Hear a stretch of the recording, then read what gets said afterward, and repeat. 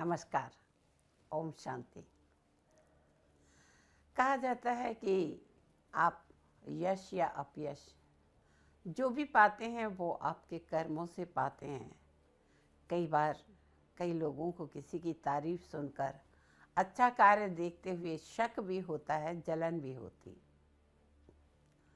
पति पत्नी घर से निकले।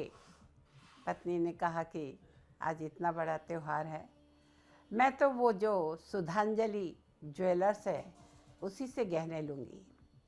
पति ने कहा कि क्यों, तुम सारी औरतों को हो क्या गया है, सभी जो देखो वो कहते हैं सुधांजलि ज्वेलर्स से लेंगे, और कोई दुकान से ले सकते हैं। पत्नी ने कहा नहीं, मैं तो वहीं से लूँगी।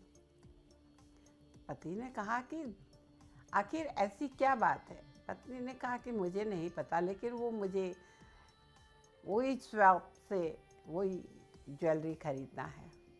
अब पति क्या कहता, उसने कहा भी कि बात क्या है। बोले देखो, जब हमारी शादी हुई थी मेरे को वो कान के झुमके बहुत पसंद आए थे। हमारे पास बहुत पैसे नहीं थे। उसने क्या कहा था कि भाभी जी आप ले जाइए, जब भी पैसे बने थोड़े थोड़े करके अदा कर दीजिए। पति ने कहा उस समय तो मेरे पास पैसे नहीं थे, आज तो मेरे पास इतने पैसे हैं, जो चाहिए वो तुम ले लो, नगद देकर हम खरीद सकते हैं। पत्नी ने कहा लेंगे तो वहीं से, और दोनों वहाँ पहुँचे। ज्वेलर ने नमस्कार भाभी जी, नमस्कार भैया किया, अपनी पुरानी चिर परिचित अदाओं में मुस्कुराते हुए, बालों पे सिर हाथ फेरते हुए। बताइए क्या बताऊं, क्या दिखाऊं। उन्होंने कहा कि बहुत सुंदर मंगलसूत्र लेना है, आज के दिन सुहागिन को मंगलसूत्र पहनना ज़रूरी होता है, वो पुराना हो गया।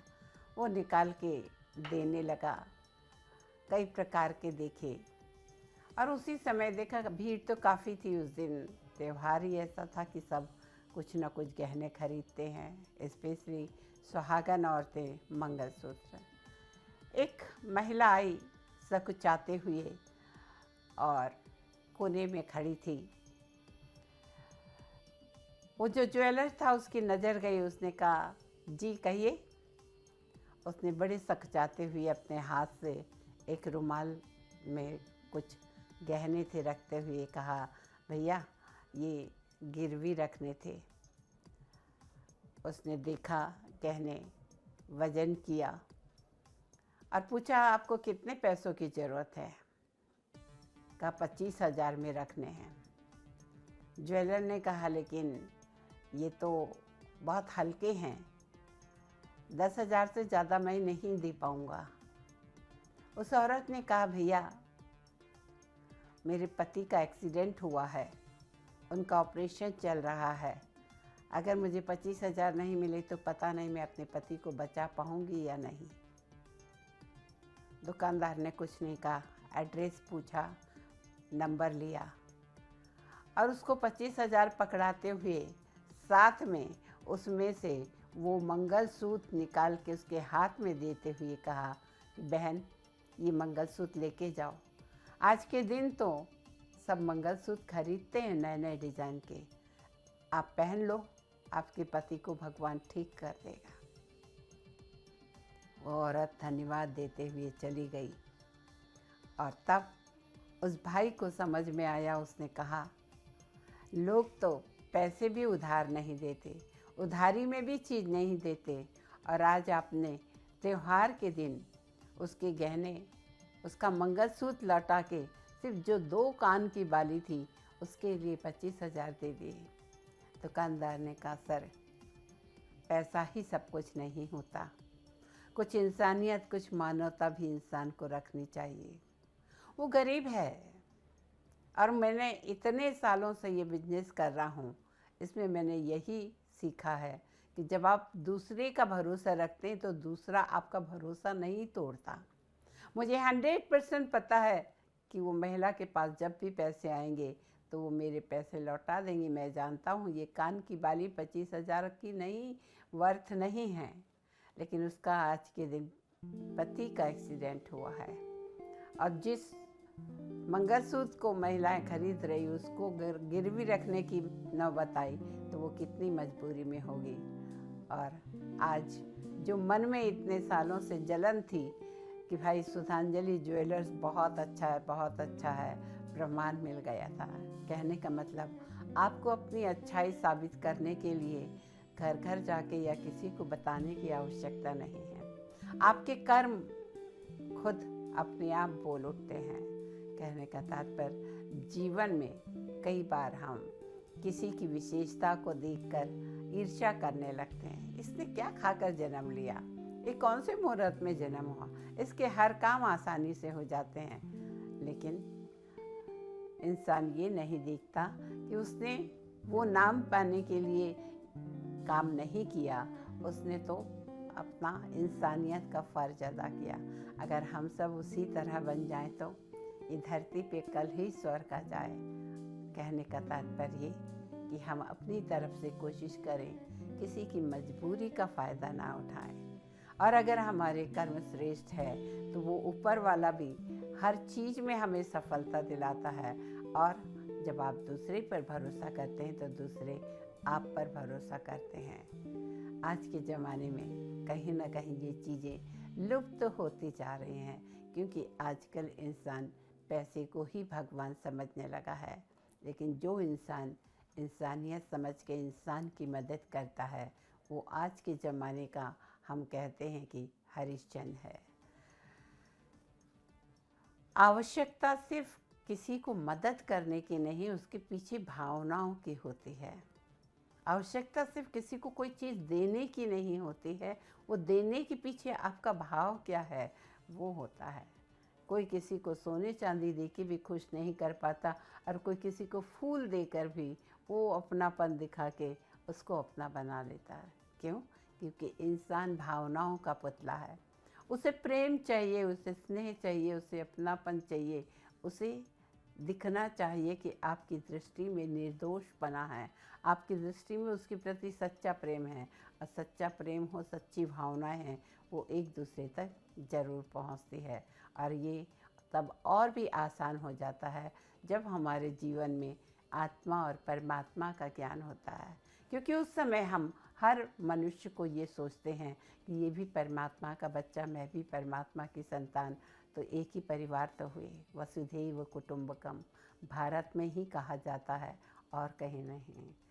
हम सब मिलकर आइए अपने मन में इस तरह की भावनाएं एक दूसरे के प्रति विश्वास की, एक दूसरे के प्रति अपनेपन की करें, ताकि सही में ये सिर्फ एक नारा ना रह जाए, जीवन में चरितार्थ हो वसुधैव कुटुंबकम। ओम शांति, नमस्कार।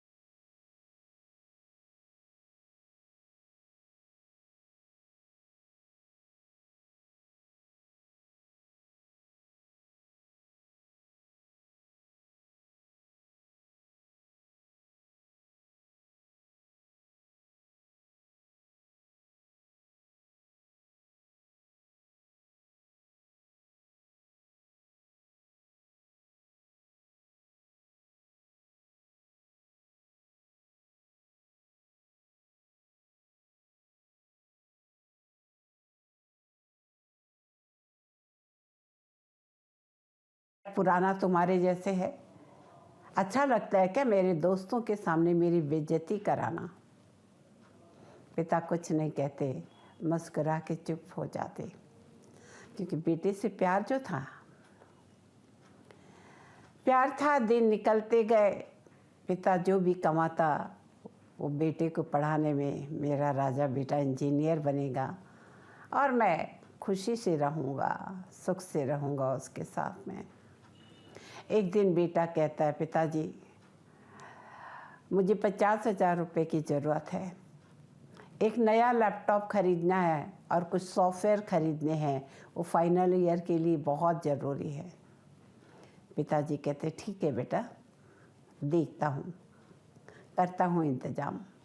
दूसरे दिन बेटा फिर पूछता है, पिताजी आपने कुछ किया? कहते हाँ बेटा, बस कल तक हो जाएगा। और दूसरे दिन पिता बेटे को बुला के उसके हाथ में 50,000 रुपये रखते हैं। बेटा नहीं पूछता कहाँ से आए, खुश हो जाता है, जाके अपना लैपटॉप खरीदता है, सॉफ्टवेयर खरीदता है और कुछ दिन ऐसे ही बीत जाते हैं। 8-10 दिन के बाद उसे ध्यान में आता है कि आजकल पिताजी बहुत लेट आते हैं और उसके साथ ही साथ वो बहुत थके हुए रहते हैं। बाहर, घर के बाहर जो पुराना ऑटो रिक्शा था वो भी नहीं दिख रहा है। तो एक दिन बेटा पूछ लेता है कि पापा आपका ऑटो रिक्शा नहीं दिख रहा है और काफ़ी दिनों से देख रहा हूँ आप बहुत थके हारे आते, कमज़ोर लग रहे हैं, बीमार लग रहे हैं। पिता कहता कुछ नहीं बेटा, वो ख़राब हो गया था तो उसको मैंने दिया है बनने के लिए। उसने कहा 15 दिन लगेंगे बनने के गैरेज में। तो बोले फिर आप क्या करते हैं?